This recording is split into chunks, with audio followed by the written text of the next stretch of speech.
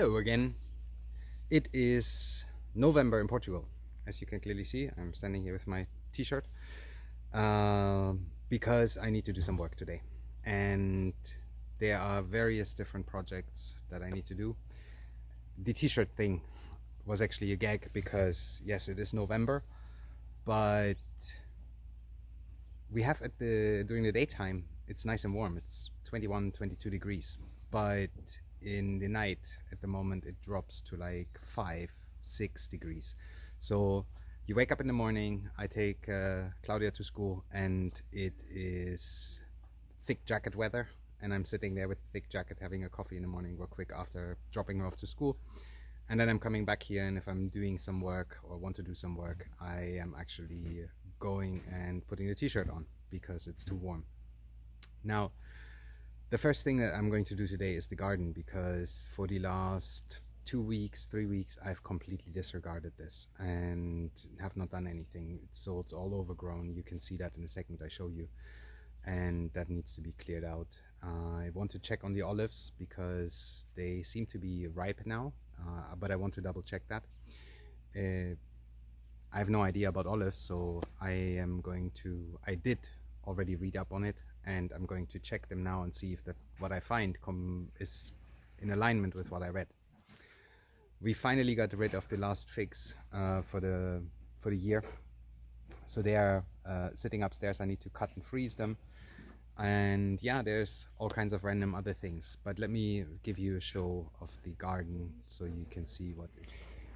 Okay, so here you see our squash.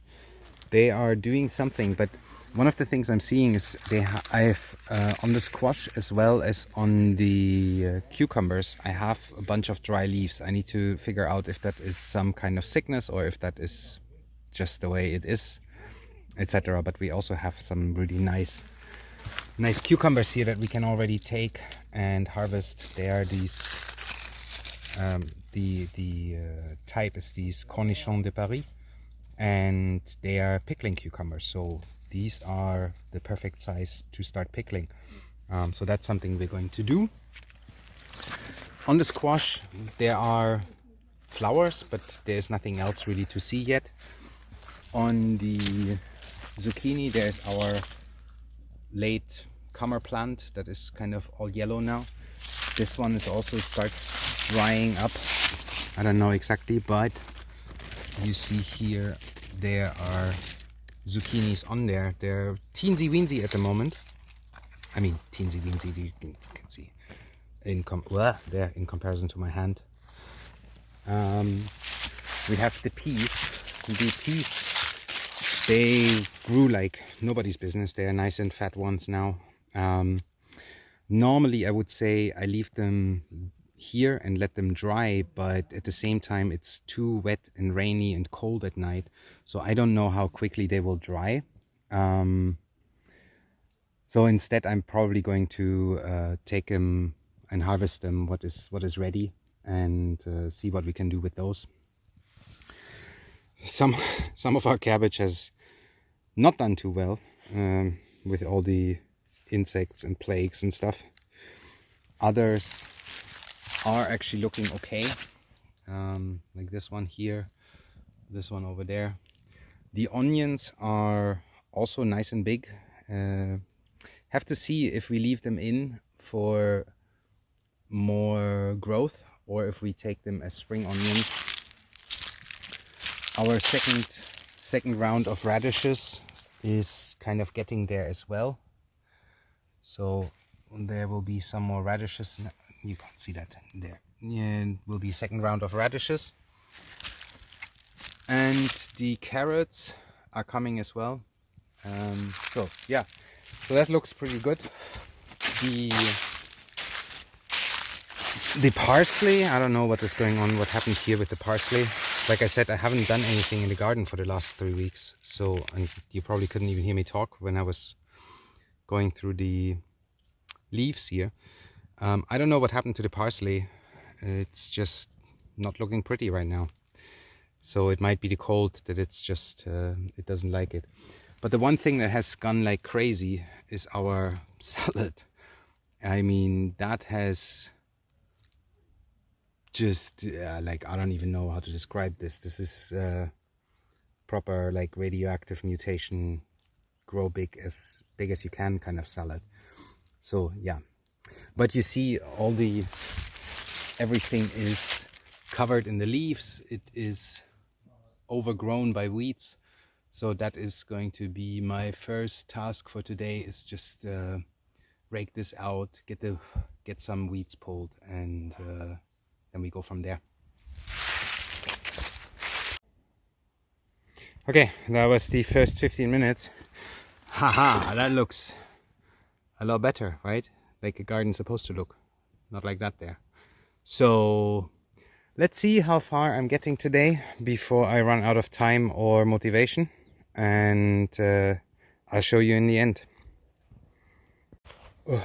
Okay, let's take the finger off the camera. Yep, so it happened. Both. I ran out of motivation and of time. Yeah. So sun is down. It's getting to the point where I don't want to be in my t-shirt anymore. But the sky looks absolutely pretty. Let me show you. Yeah, look at that. Man, alone for that, I love it here. Just the view, like when you look up, it's amazing. Anyway, back to me. So, back to me. So I did some stuff. I actually finished the cucumber patch. The cucumber bed looks now like a garden bed again, and not like some overgrown bush thing that was left to its own devices, which it was. So there's that. But I want to pick the cucumbers now that are down there.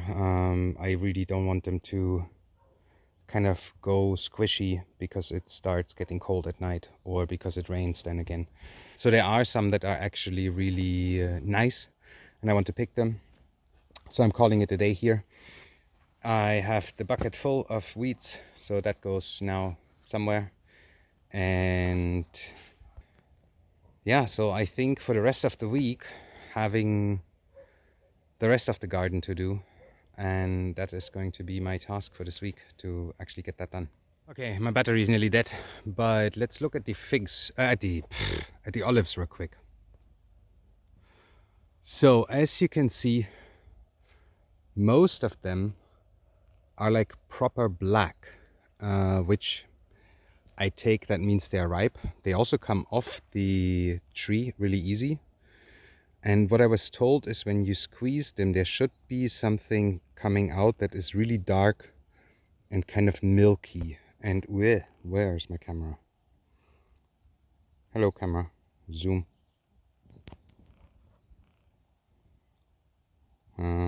Hello? Can we do this? There we go. So when you look at the juice that comes out, that does actually look milky. So I dare say they're good to go. Which means tomorrow I'm going to have to pick one olive tree. Well, at some point this week. Not sure if it has to happen tomorrow. Man, I love our piece of land. It is amazing. And like these, just the autumn colors at the moment, if you can see them. For some reason the phone does really not want it today anymore. Let's turn it on me. So yeah, the phone doesn't want anymore. But just the autumn colors are so pretty. Sunset right now, it's getting cool. See that tree there? That's the one I wanted to show you just now. All red and gorgeous. It's really like the color scheme is really right now from yellow all the way deep red, brown. It's just beautiful.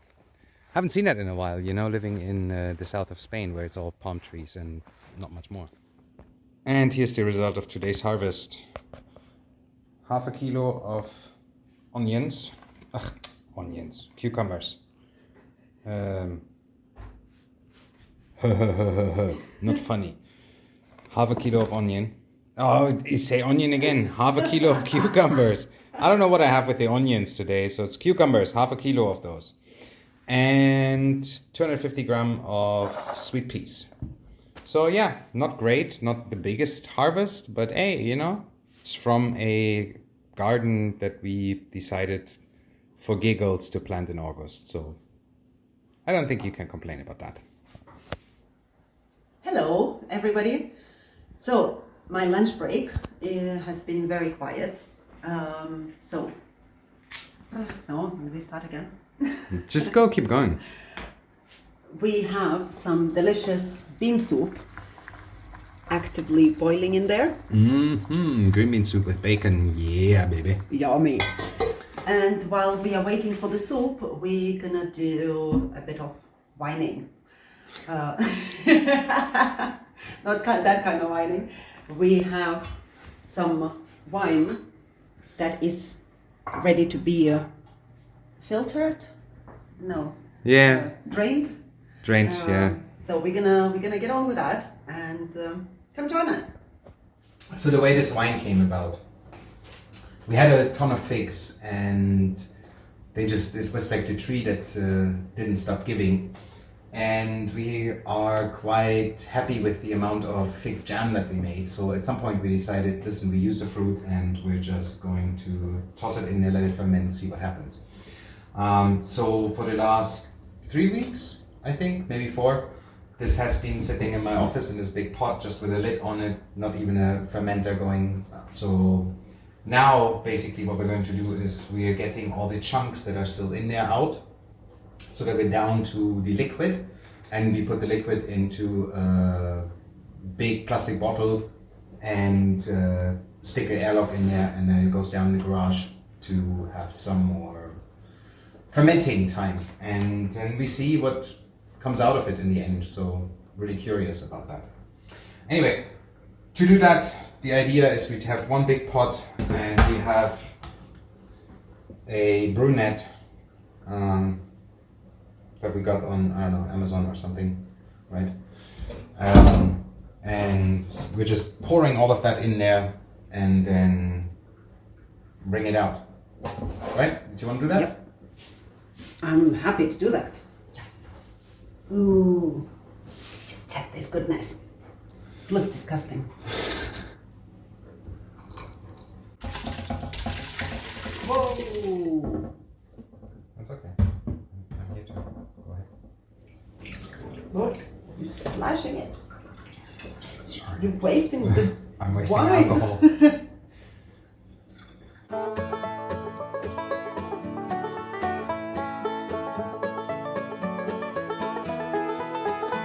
I wonder how many liters those are. Let's see when we put it in the bottle, because we know that this bottle holds 7 liters, so which is a really strange measure. Well, there is a line on here and it says we have 3 liters. Okay. 3 liters of wine. Yes! Party time. 4 bottles. I mean, hey, after 4 bottles, I think I will be very happy. By the way, this is another lesson learned, right? On those brew bags, you have these seams on the outside. Like you have those seams. And in the beginning, you know, when you don't think about it, you treat this thing like a pillowcase where you go, duh, the seam goes on the inside, right? No. I mean, you can do it. It's just a pain in the butt to clean after, because everything gets stuck on the seams. Super fun to clean that. It looks like a heart. Yes, the beating heart, squeezing the juice out of a beating heart. Oh God. We're reading too many fantasy novels, just FYI. Uh-huh. But otherwise we are normal. Whatever normal means.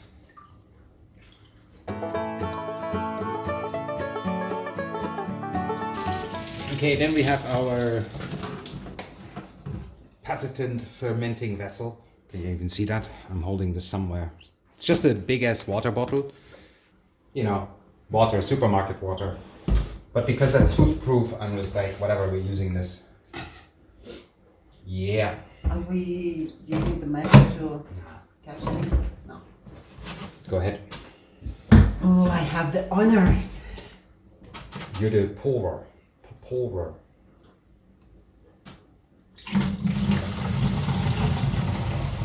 The nice thing is with that, you get a lot of aeration in there, which the yeast wants to go better on fermenting. So I hope that this will kind of kick off a really nice second round.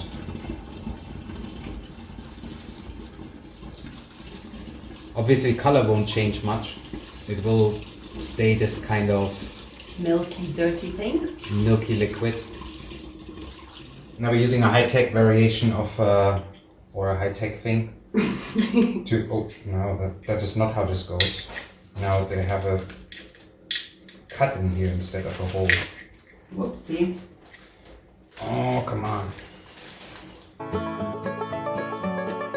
Because I have these little gaskets, these things there, that I can put in there, it actually becomes nicely tight. So we stick this in. The airlock goes on. I'm not filling the airlock just now because the biggest problem is when you fill the airlock and then in a plastic bottle, see? Yeah. It's like, do I need to make it bigger now? The problem is when you lift this up, the bottle deforms, it changes, and you suck the water in, which you obviously don't, or whatever liquid you have up here. Ideally, from what I understand, you use something like vodka in here, because obviously that keeps it all clean, and if you get some in the wine, nothing changes there, other than it makes the wine stronger. Do we have vodka? No, we don't. But yeah, so then the lid goes on here. If you have never played with an airlock, basically you fill this up. I don't know if you can see the lines. There are two lines here. Well, there are lines, you cannot see them, but they are there. Oh, there you see them now a little bit. So you fill this up between those lines somewhere, and then as soon as there is carbon dioxide being generated by the fermentation, it comes up here, bubbles up, presses these internal cap up, and comes out. But there cannot be air going inside because of the liquid that you have there. So that's it. Anyway, this goes now in the garage. We fill up the airlock, and that was it for the winemaking. I'll let you know, we let you know what this tastes like when we're trying it. Probably during a Sunday story or something. Hey folks, so after the wine is done, it's time to be outside and do some stuff outside on the farm. Like I said in yesterday's video when it cut off, the olives seem to be ripe, so I just came here with a bucket, and today or now I'm going to do some olive picking, and so I can get them brined. Well, I read up on this because I have no experience with olives whatsoever.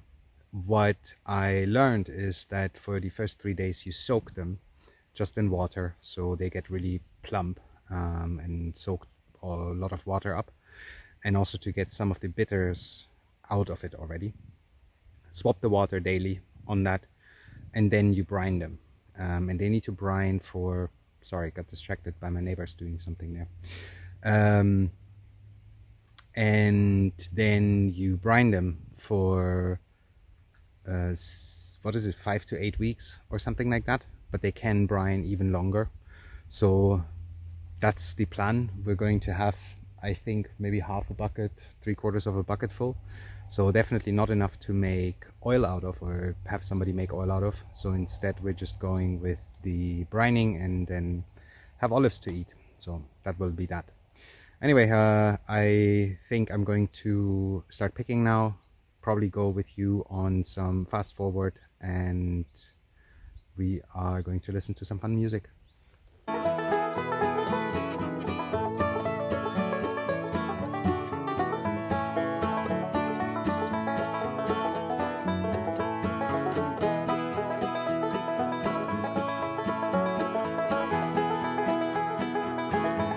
This is all fun, but up there, I'm going to get a ladder.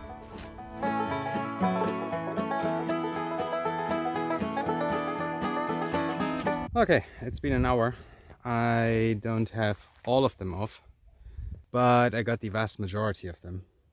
So there's that. Now there's another tree that has some olives on there, and there are 2 more olive trees over there in the corner, but I don't think they're carrying. Haven't checked them really for fruit yet. But in that hour I kind of picked about 8 liters of fruit. So yeah. Now let's look at me. Now I'm off to the garden and to get some more of the garden beds restored from the neglect of the last 3 weeks. And yeah, so that's going to be the next job. The olives are going to sit there for a while now until it gets dark, because that's something I can do once the sun goes down, but I don't want to be in the garden when it's dark, because that's just a pain in the neck. Plus it gets cold. Tonight it's going to go down to 3 degrees, and I don't really want to be out late. So just, nah, not necessary. Anyway, off to the garden. Okay, an hour later, and I have restored another garden bed. Let me show you. I'm just showing you so you know that I'm not BSing you. So on this side I really picked the weeds, and on this side I just basically aerated, just took out the biggest chunks and aerated to like disturb the root system enough. But you know what? There's some more to go. So let me swap around here again. Oh man, look at the color. Sorry, finger. But look at the color. I just could stand here and look at myself. Ha! That's funny. I love autumn colors. There's just something about that. I don't know what it is. Anyway, so last task outside for today is to fix the grass heap. So there you go. That used to be this huge heap that was taller than me, and now I don't know, maybe it's like 4 foot now or something like that. So I just want to take a lot of the stuff that is on the edges here and just toss it on the top, and maybe do the same thing over there. Yeah, okay, it's still not where it was, but we're back to 5.5 foot, and see, all of this is gone, the crap here. So the grass and stuff will come back, and with the weight and everything, having some of the really wet stuff on the top, I hope that this will help this whole thing to rot down, and similar to the compost, help me with some soil for next year. We shall see when the spring rolls around. Fork, yes, tools lying in the grass.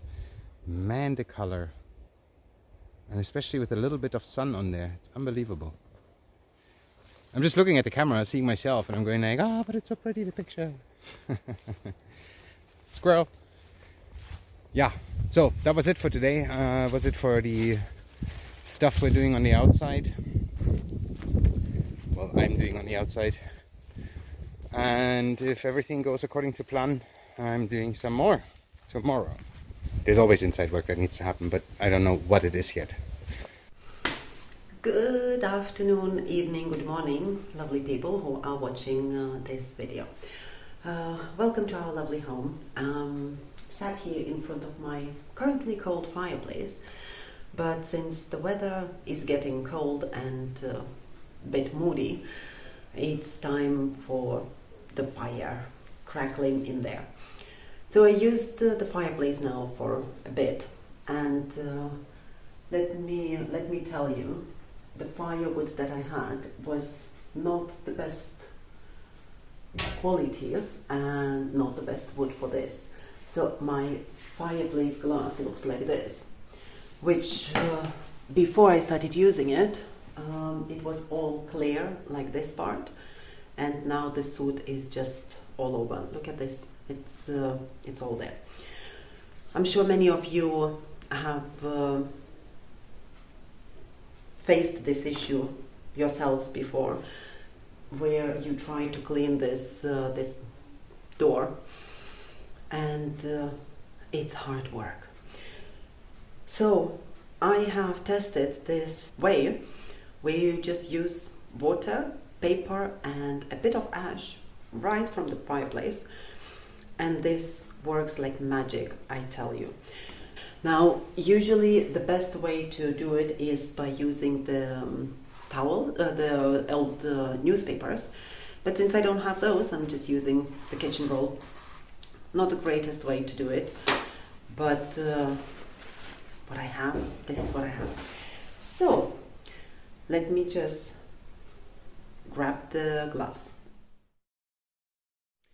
Definitely recommend using gloves because you don't want your hands to end up completely black and covered in that. So, ready to go. Come closer.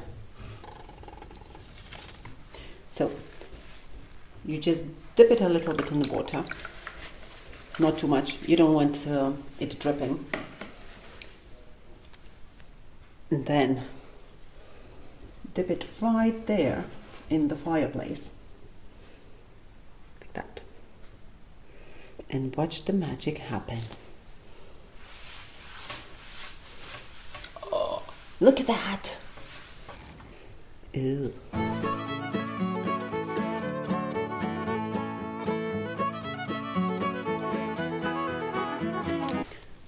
And just look at that.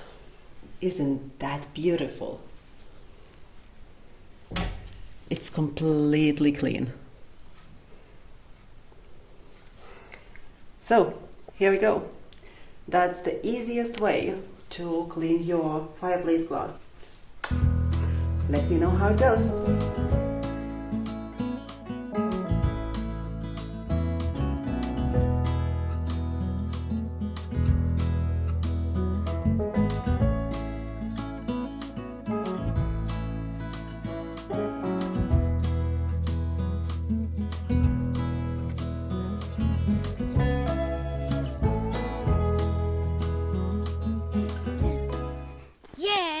Happy, baby? Yes. Why are you happy? Because it's winter. Not really winter. Well, it's getting to winter.